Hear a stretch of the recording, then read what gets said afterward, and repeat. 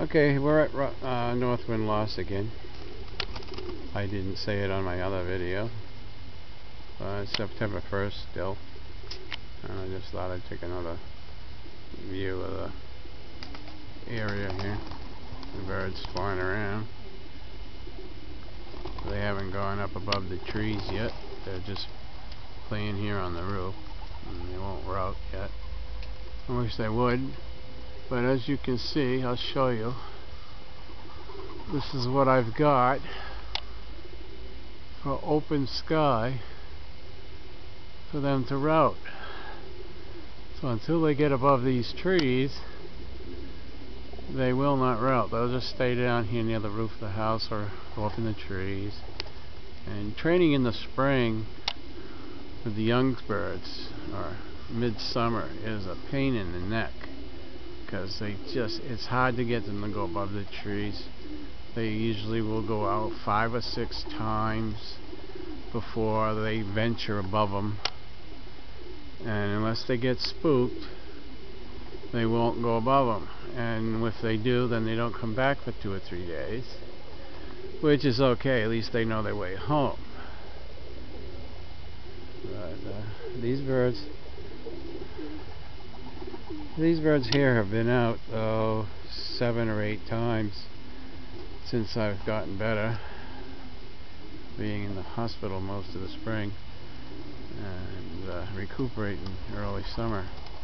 I haven't trained them, so I'm not racing this year. But I thought I'd give you a glimpse to see at least what's going on here. I haven't gotten rid of my birds. I don't want to get rid of my birds.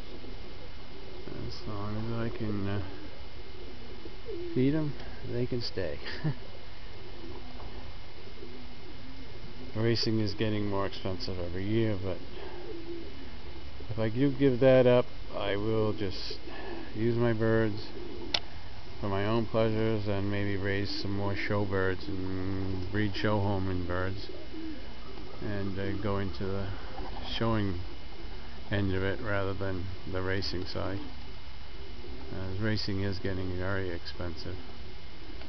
The cost of fuel, training time, wear and tear on your car, truck, whatever, to and from the clubhouse is, for me, an hour and a half ride one way. So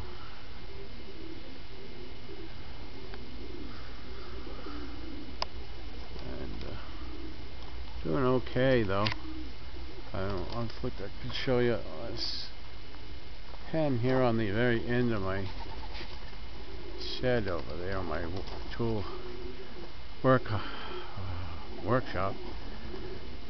There's an aviary covered in plastic on one side where my wife's rollers are. She has them in my shop, so I have no shop now, but she has some really nice rollers. If I can only let her get them out, roll. But she is very protective of them. And I can't blame her. I mean, there are a lot of hawks around now. There's less songbirds, more hawks, so they're using pigeons as fodder now, more than they used to. Of course, we're their dinner ticket. I do have a thing I'd like to show you here, though. I do have these 2 amaryllises that were given to us in Christmas time. They bloomed this Christmas, and then we put them out come spring.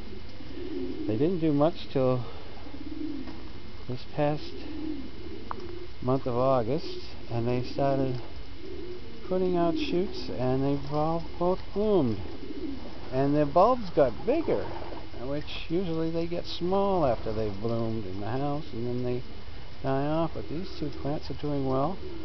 I think once they finish blooming, I'll cut them back and set them in the house to dry out a little bit, and they might do fine. Here we have a hen trying to get into the breeder's loft. have that male there in the doorway, strutting his stuff for her, trying to convince her that she should be in there with them. And I don't think he'll be successful unless she can pass through wire. Let's see if maybe I can get over here for a minute, show you a picture of some of these rollers that my wife has. Yeah, they are here.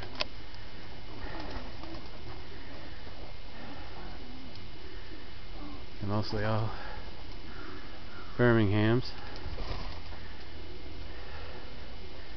And like I said, she's got half my shop is a pigeon coop, and the other half here, this part here, is the aviary that I built outside the window for her. It's just some pretty good birds here that I know will roll really well if she would just let them out, but